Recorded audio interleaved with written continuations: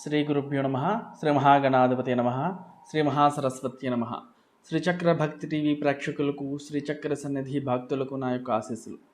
ఒక ప్రశ్న, వరలక్ష్మి వ్రతము వస్తోంది 8వ తారీఖు. వరలక్ష్మి వ్రతము అయిన మరుసటి రోజు పౌర్ణమి తిథి ఉంది కాబట్టి మేము కలశాన్ని ఉద్వాసన చేయవచ్చా, కలశానికి లక్ష్మీదేవికి ఎటువంటి సంబంధం ఉంది అనేది ఒక ప్రశ్న అయితే ఉందండి. కలశానికి కానీ లేదా లక్ష్మీదేవికి ఏదైనా ఒక సంబంధం ఉందా?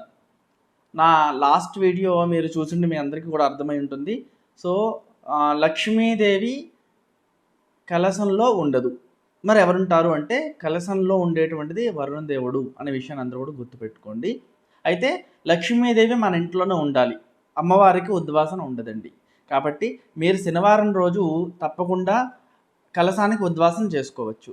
మరి లక్ష్మీదేవి ఉద్వాసన ఇక్కడ మనం కొలిచేటువంటి రూపం అంటే అమ్మవారిని లక్ష్మీదేవిని అష్టలక్ష్ములుగా మనము ఆరాధన చేస్తూ ఉంటాము, పూజ చేస్తూ ఉంటాము.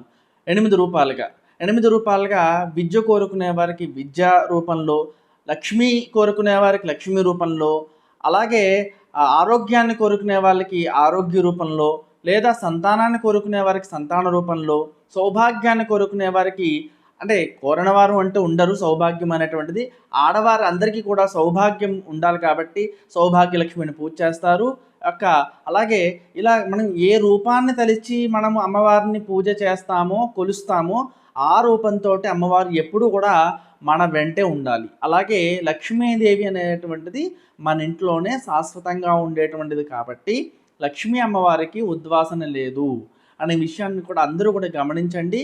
మరెన్నో వీడియోల కోసం మన ఛానల్ని సబ్స్క్రైబ్ చేసుకోండి, లైక్ చేయండి, షేర్ చేయండి.